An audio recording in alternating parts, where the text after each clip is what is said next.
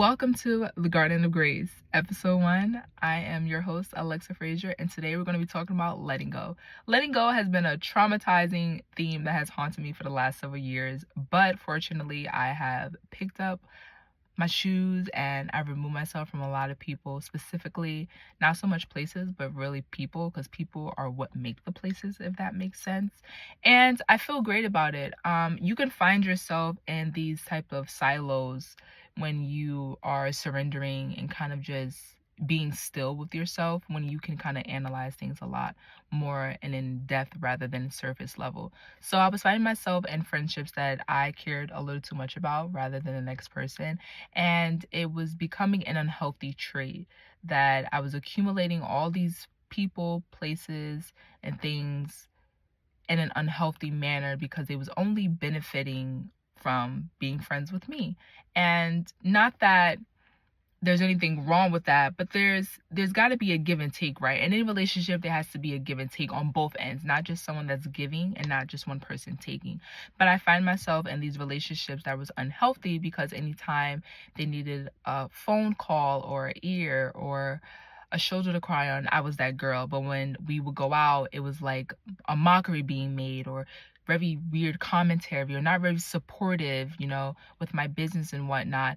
And not that I need people to, to hover over me all the time or to post my business or things like that. But you do want to feel a form of safe space. Like if I'm there for you, I expect you to be there for me.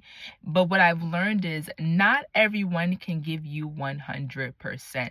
And what I mean by that is you have some people out there that are only willing to give 20, only willing to give 40, some only willing to give 5%, some only really going to give you 1%. Like, let's be real. Let's be real. So I learned that very late in life, but also through the hard way, because having a giving heart and a caring heart, sometimes you gravitate towards people, or rather I should say people gravitate towards you who don't have that same kind of mentality, who kind of leech and latch on and kind of absorb everything they can get, and then when they're finished they kind of put you to the side, puh, and then that's it. What I learned this time around is that the people that I weren't letting go is because I was familiar, right? I saw the potential that they could be. I knew their trauma on why they were like this, and that compelled me to keep staying and to keep taking the mental abuse. And it's a difficult thing to talk about, and it's very real. This happens a lot in relationships and friendships and families, that we are compelled to constantly take abuse from these people that we love because we see the potential. Let's think about this, the potential that they can change or they could become something other than what they are. And that's not always the case, right? So I learned early on, one, stop holding people to the same expectations that you hold yourself. Two, understand that you cannot change anyone and that the potential that you see, they have to see that in themselves first. And three, you have to love yourself more than you love anyone on this planet. And this is something that I became real in, and I vocalized a lot heavily in different relationships. Like, hey, I'm this friend that I want to be kept in the loop with realness, right? If I offend you, I want you to let me know. I don't want you to smile on my face and then talk behind my back and then smile on my face. And then I'm thinking everything is kumbaya, but little do I know I offended you and you have yet to tell me, right? In any relationship, there has to be a helpful form of communication. And if you're constantly communicating something to someone and they're not receiving it, or they choose not to receive it, then there is a point where you have to evaluate yourself. Why do I keep allowing these people to do this to me? Is it something within me that I lack? What is it? There's something that is deeper and bigger than just them, right? So I learned very hard, but very, I wouldn't say fast, but over the last couple of years, that letting go is not always bad. It is sometimes something that we have to do in order for us to excel in life. And a lot of relationships that I did cut off, it benefited me in so many ways. I was no longer partaking in things that I didn't really want to partake in, like, going out, clubbing, and things like that. I didn't feel the need to be uncomfortable being around them with certain other friend groups that were kind of put on a higher level in terms of status because of the clothes that they wore or who they knew and things like that. Everyone who knows me knows I'm very down to earth. I get along with anyone. I am a fun time, but also I'm the girl that's going to let you know what's up, right? Like, I'm not going to sit here and we're all not going to be talking about someone without the person being in the room. Like, we're going to talk about the elephant in the room. We need to talk with the elephant in the room. We're not going to do it when the elephant's out of the room, right? So it was a lot of fakeness that I was navigating through, and I had to really dig deep in myself and ask, am I fake? Because this is not what I do. Like, I'm very uncomfortable. This is weird. We're constantly doing this all the time. And I don't like it. I don't want to do this. Like, I want to have a good time. And yeah, I had to stop. I had to stop. But it was so difficult and it was extremely painful because a lot of these people I genuinely and truly loved. Like, I saw these people in my future wedding, godparents, long term, like, we're dying together, hardcore, parkour, like, to the grave, we're taking it. And it was a part of me that was still fighting eternally, knowing that you're not good for me. That's still trying to hold on, like, yes, like, like, maybe they, if or not, like, give them one more try. And it's like, no, I have to love myself more than I love you. And that's not a bad thing. That is a true thing and that is a good thing, because if I can love myself, then you will know how to love me, how to appreciate me, and how to treat me. It all starts with you.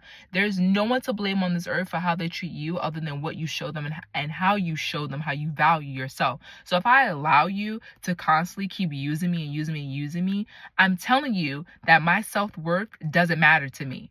That's why I'm allowing you to keep using me. But if I tell you up front, hey, I don't like that, then you're going to learn early on how to deal with me. You're going to learn that, oh, let me not do that with this one because I know for a fact she's not going to let that fly, right? So, in these conversations that I've had with people over the last few years of making new friends, letting them go, letting go of old friends, places, people, persons, things, whatever you name it, I realized that I'd rather be in a silo by myself with a few select than be in a crowd of people that I'm constantly fighting the urge to get to know me or understand me or love me the way that I want to be loved and treated. And that's a problem with letting go as well, is that we're so comfortable with these beings, these people, these places, these things, that when it's time to see the reality of how raw and unruly they have been to us, and vice versa, us to them, because we're not perfect either,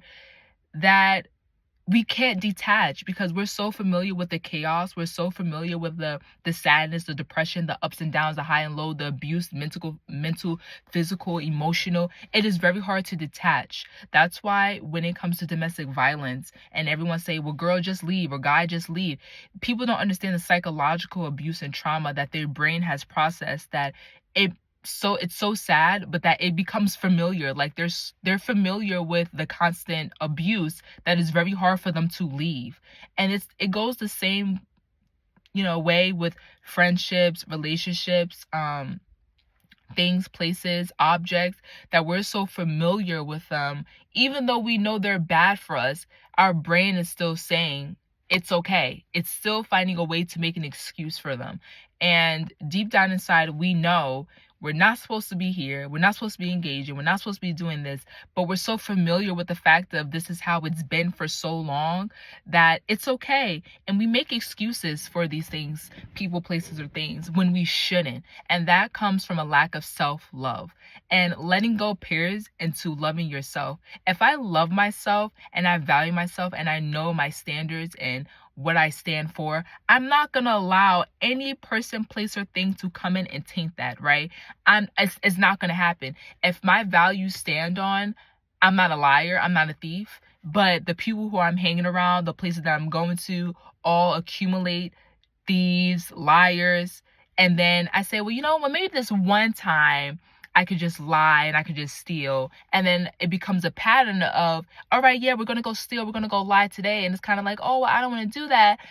But okay, well, maybe one more time. No, then you don't love yourself. You care more about what other people think about you than you do your own self. And that's the problem. You're setting this tone for people to do what they please, to walk all over you, to use you, abuse you, to say whatever because they know that you don't value anything. You don't value yourself, most importantly, and that's where the letting go comes in.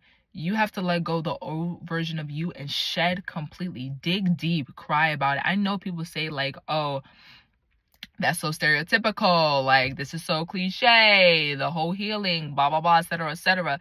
It is something that's truly real because people don't understand that there's a dynamic that comes from generations before us, that has stemmed from generations before us, that we're still dealing with now in this generation, right? So even though that happened previously, it's a transfer spiral that goes all the way down to you. So if you're not the person who says, hey, this is not what I'm going to stand for, this is not something that I'm going to keep enduring and or allowing people who I love or my children to absorb from me, then I need to change, right? I need to self-reflect. It's not so much about the people, but it's more so about you. Letting go of the old version of you so that this new version can prevail and allow people who are supposed to be in your space, that truly want to be in your space and not are only in your space because they see the lack of value that you have for yourself, right? So letting go, let go, babe.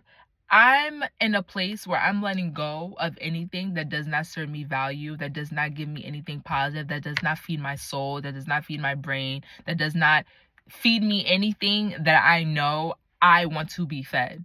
And I would expect people who are around me, if they don't feel the same way, to let me go. There is this thing of victim mentality where everyone feels, well, someone did this to me, so it's only fair that I do it to them, or like I'm the victim of whatever trauma happened. Get out of that mentality, because the victim mentality is what's keeping you in a cage and is blocking your blessings, because you're so focused on being a victim all the damn time that you're not even seeing the bigger picture, and you're not even understanding that you're going through these trials and tribulations over and over and over again because you're not learning. The universe, whoever you believe in, God is sending you the message to stop entertaining these people, to stop going to these places, and you're not hearing it. You're obviously just, it's gonna get better, they're gonna change, no, the change has to happen within you. And when God is speaking to you, then you need to listen. If the universe is speaking to you, then you need to listen. Right? If your mom is speaking to you and telling you, then you need to listen. If your friend, your loved one who genuinely cares about you, and you know that they're telling you, like, listen, like, this is not good for you, this is not who you need to be around, this shouldn't be the situation, I'm tired of seeing you like this, why do you keep crying over someone, etc., etc., then you need to listen. You need to take a step back, you need to breathe, and you need to listen. Why is it that we can give advice to other people, we can listen to other people, when it comes to us, when it comes to ourselves, it is a very difficult thing to follow the same things that we tell other people? It is so funny and it's so hypocritical at the same time, because I have been victim to that as well. I know I said victim, but I know I've fall short to that of like, yeah, girl, yeah, like da da da, and then I'm the same one that's like, but why? Like, no, the only person to blame is yourself. So we need to let go. Let go. When you let go, there is going to be a shield, a gloss, a airiness that is going to come over you, and you're going to feel so relieved. And I think this mentality of caring so much about what other people say, you're not that important. Respectfully, you're not that important. No one person on this earth cares more about anyone else other than themselves. I'm here to let you know right now. So if you think that social media really cares about you, they don't. If you think that the next person cares about you, they really don't. If you think that celebrities or any other person really cares about you commenting hate or whatever the fact of the matter is because you're miserable, they don't.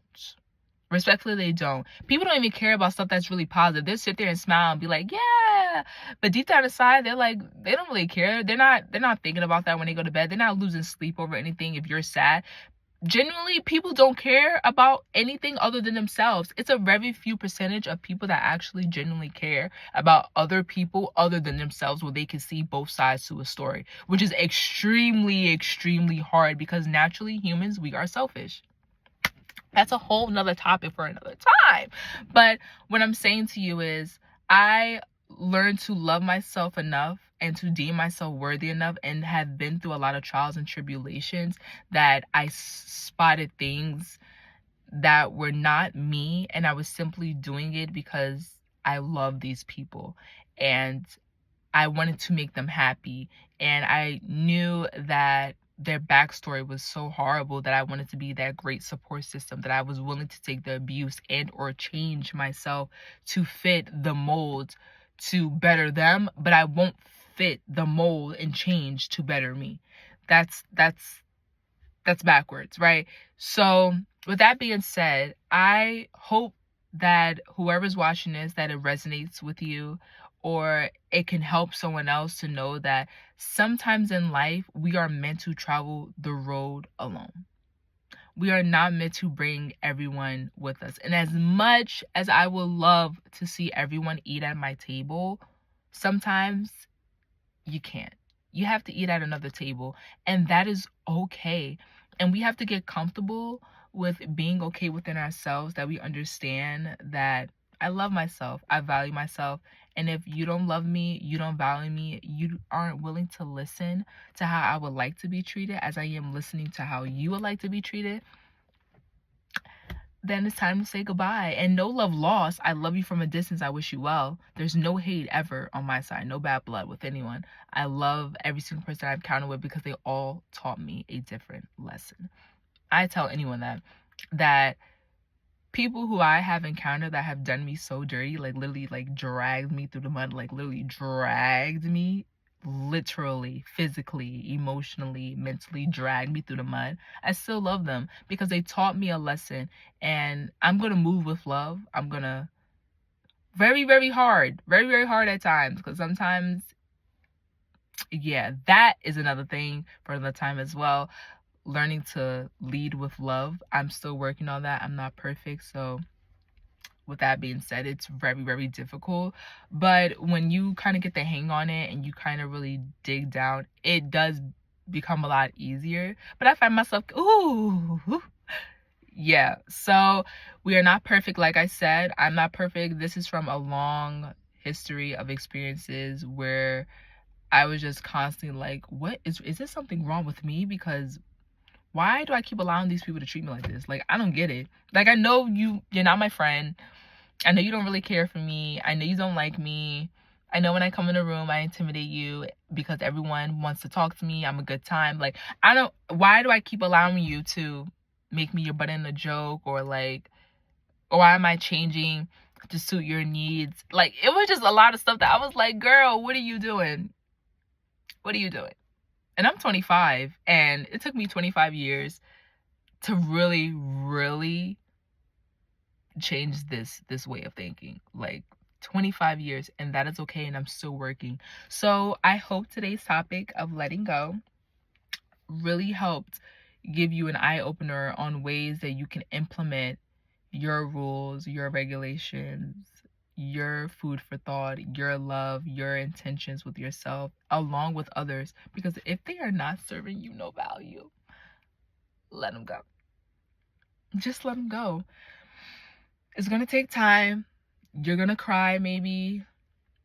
You may not let them go this year. You may be like, oh, but one more chance. You may let them go next year in 2026. But I genuinely hope that whoever heard this, needed to hear it, resonated with it. And I hope they take the steps on letting go. Because I promise you, what you're feeling, what you're thinking right now is the worst. It's really not. It will only get better once you let go and relinquish the things that do no longer serve you.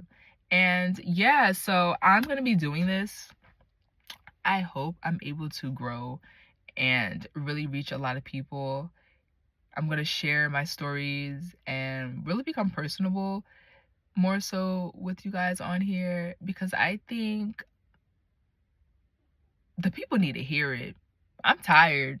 I know y'all tired, but the people need to hear it. And I've been compelled on my spiritual journey with God and really tuning myself back into the word that when you are compelled to do something by God, you need to do it. And this is my year of doing it. And I'm so excited for the journey. I hope you guys do continue to follow me along. A lot of my followers I know because I was private for a long time. But to the new people that may see this video, hi, hello, I'm Alexa.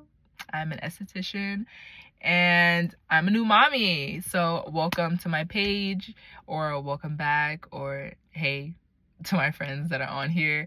But yeah, so this was 20 minutes long.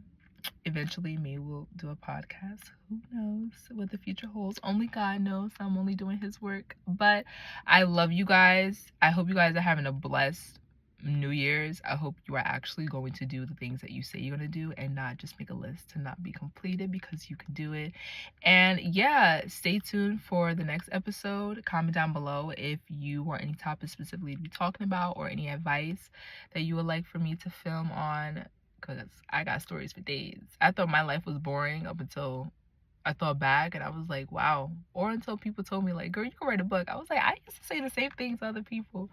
But yeah, so this marks the first step in my garden of grace. See ya.